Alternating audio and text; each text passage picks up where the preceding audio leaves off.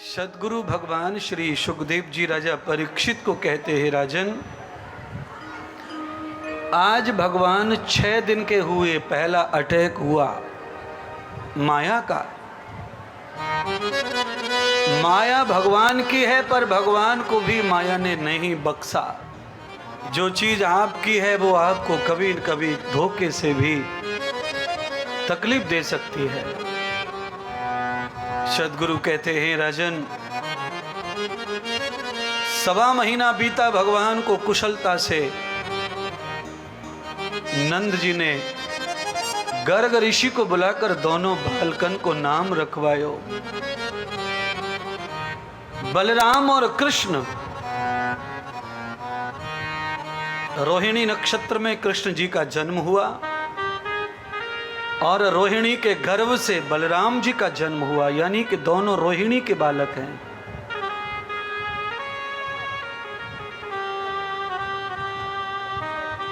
वैसे रोहिणी चंद्रमा की पत्नी भी है और वैसे रोहिणी दक्ष प्रजापति की कन्या है, यानी कि सती की बहन है, शिव की साली है। जब रोहिणी नक्षत्र में कन्वर्ट हो गई, परिवर्तन कर गई चंद्रलोक से, तो भगवान कृष्ण ने इसीलिए तो चंद्रवंश में जन्म लिया। भगवान का एक नाम कृष्ण चंद्र हुआ।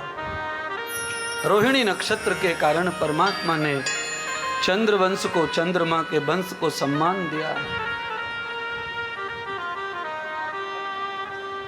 गर्ग ऋषि विदा हो रहे हैं और विदाई का भोजन यशोदा मैया पंडित जी को करवा रही है।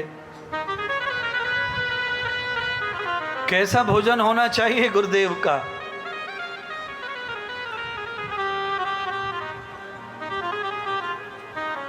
तो उसमें पवित्रता का तो ध्यान रखा ही जाए, पर साथ में उसमें समर्पण और प्रेम का भी ध्यान रखा जाए। और वो भोजन इतनी ममता से बनना चाहिए कि उसमें मोह ममता के कारण वात्सल्य प्रकट हो। मुझे ऐसा लगता है कि हम अपने छोटे बच्चे के लिए कुछ भी खाने को बनाते हैं, सबसे ज़्यादा उसमें वात्सल्य होता है। वही वात्सल्य भाव भगवान के भोग में, संतों के भोग में, गुरुजनों के भोग में, पति के, ससुर के भोग में होना चाहिए। आप अपना भाव बनाकर भोजन बनाइए। बनाया, सोने की चौकी पे, सोने की थाली पे भोजन को परोसा। महर्षि गर्ग ने भोजन परोसने के बाद प्रणाम कर थाली को आचमन किया। भगवान के गणों को भोजन जिमाया, प्रणाम करके नेत्र बंद किए। एक पल के लिए नेत्र बंद हो जाए, प्रणाम हो जाए, ठाकुर जी इतने में ही भोग कर जाते हैं।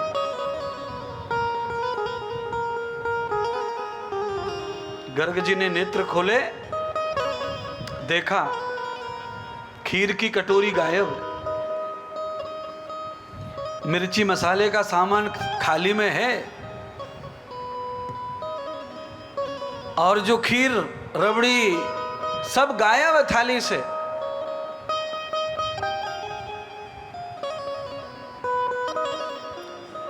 गर्ग ऋषि ने आंखें खोलकर थाली में मुंह डाला,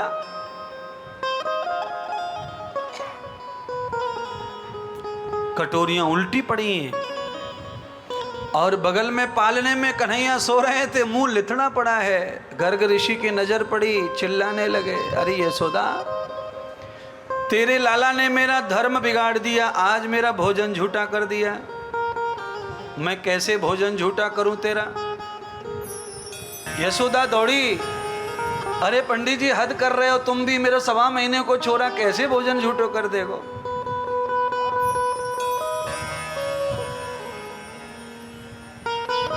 मैया ने पालना देखा, कन्हैया का मुंह लिथड़ा था। ओ हो, ये क्या हो गया, कैसे हो गया, ऐसे कैसे हो सकता है? माफी कर दो, दूसरे भोजनालय में भोजन पकाऊंगी, दूसरे महल में खिलाऊंगी, आपको झूठा हो गया तो। इतना छुआछूत गर्ग ऋषि भोजन को पुनः बैठे, हाथ में जल लिया, आचमन किया, प्रणाम किया भोजन को, भोगन को भगवान को अर्पण किया। इस बार गोविंद कहते हैं, अरे भाई बड़ा नियम का पक्का है, मैं खा के आ गया तब नाराज हो रहा, फिर खिला रहा है। और पूरी लाइफ 50 वर्षों से इसी तरह महात्मा भगवान को नित्य भोग लगाते थे। आज भगवान ने सोचा कि हम इतने नजदीक आ गए हैं तो क्यों ना इस महात्मा का कल्याण कर दें। बंधुओं, भगवान श्री कृष्ण अन्न परमात्मा अन्न ब्रह्म के रूप में खीर की कटोरी में प्रवेश हो गए।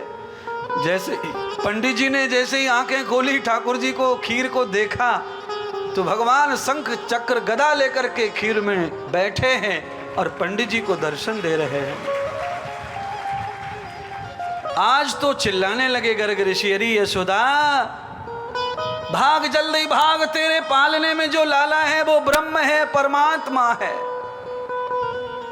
मेरी तो ही माते की खुल गई, आज तेरे लाला ने मेरी खीर में साक्षात दर्शन दियो है। बंधुओं, भोजन को सम्मान पूर्वक खाना सीखो। भूख मिटाने के लिए भोजन है, प्राणों की रक्षा के लिए भी भोजन है। भोजन लंबे समय न मिले तो प्राण वीक हो जाते हैं, कमजोर हो जाते हैं, थक जाते हैं। तो प्राणों की शक्ति भोजन से आए, उसके लिए भोजन को उसी मान से सम्मान से पकाओ और वैसे ही खाओ। मुझे तो विश्वास है कि कम भोजन करके भी अच्छी तंदुरुस्ती बनी रहे, उसके लिए भोजन का सम्मान करो। आप अगर पैसे का सम्मान करते हैं तो कम पैसे में भी आपका घर गृहस्थ अच्छी तरह चल सकता है। अगर आप पैसे का सम्मान न करें, भोजन का सम्मान न करें, तो आप हमेशा भूखे ही भूखे रहेंगे, कई बार खा करके भी। इसीलिए ज्यादा कुछ घिसता नहीं है प्रणाम करने में। थाली कोई परोस रहा है, उतनी देर में हाथ जोड़ लो, एक चम्मच जल हाथ में ले लो। इतना पानी पीते हो दिन भर में, उसमें से आधा चम्मच पानी अगर नियम से पी लिया तो क्या फर्क पड़ता है भाई। अंधे बहरे पागलों की तरह तो तुम पीते रहते हो दिन भर गट गट गट गट करके।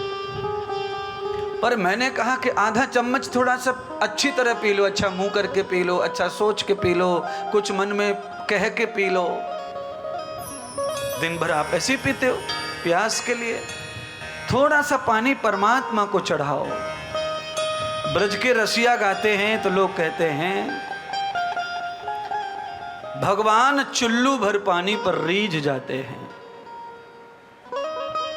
तुलसी दल पर भगवान प्रसन्न हो जाते हैं। उन्हें हीरे मोती सोने चांदी अगर हमसे न प्राप्त हो तो तुलसी दल भगवान को पटाने के लिए काफी है। पर पटाने वाले का दिल तुलसी के पत्ते की तरह निर्मल और पवित्र ही होना चाहिए।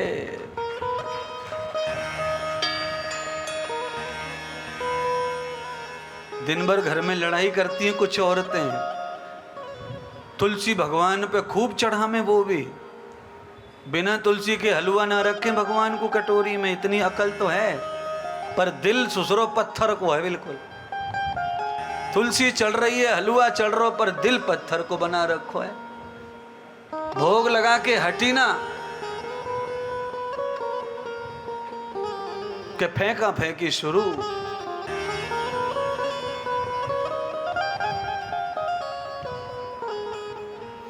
इसलिए जो हम भोग में चढ़ाते वैसा दिल चाहिए।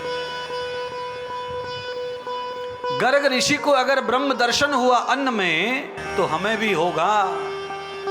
एक बार कोई रस्से से चला जाए आदमी, तो मैं कहता हूं भाई साहब कई लोग जा सकते हैं अब उसके पीछे। जिसने कभी किसी को रस्से पे चलते नहीं देखा, उस पे चलना कठिन होगा हमारे लिए डर के कारण। पर अगर हमने कभी किसी को रस्से पे चलते देखा है तो हम भी उस पे चल सकते हैं, पर थोड़ा टाइम लगेगा, थोड़ा अभ्यास लगेगा। इसीलिए हमसे पहले कोई भगवान को देख गया कटोरी में, भोजन में, तो हमें भी दिखेगो। पर अभ्यास उनकी तरह ही करना पड़ेगा। दिल और दिमाग हमें उनके जैसा बनाना पड़ेगा तो हमें दिखेगा। गर्ग ऋषि चले गए आज और आकाशवाणी कर गए यशोदा के घर में। यशोदा ने इतनो खुशी में खिवायो पिवायो दान दक्षिणा करी, आकाशवाणी सुन के यशोदा जल के राख हो गई। कैसी मैया है। पंडित जी अगर झूठ मूठ को भी पत्रा देखे और कह दे कि तेरा छोरा कलेक्टर बनेगा तो मैया 501 टेक दे 100 रुपया की जगह। और ये मैया ऐसी है कि बाबा पंडित जी प्रशंसा कर रहे, मैया जल रही है। क्योंकि बात वही है, माँ की ममता से दूर नहीं करना चाहती अपने लाला को, उसके साथ में सोना चाहती है, खेलना चाहती है, उसे डांटना चाहती है, मनाना चाहती है। अगर ये 3 लोगों को नारायण बन गया तो फिर मेरे हाथ कुछ नहीं रहेगा, वो ही डर सता रहा है। इसीलिए भगवान से कहती है, भगवान तू जहाँ कहिए मेरी सुन ले, सबरी ज्योतिषन फेल कर दे। ये पंडित जी की बात सब झूठी पड़ जा, मेरी इच्छा पूरी करना भगवान, मेरो कन्हैया मेरो ही रहे। ये कोई राजा महाराजा नाथ सनात भगवान कुछ ना बने, मेरा तो मेरो छोरा रहे।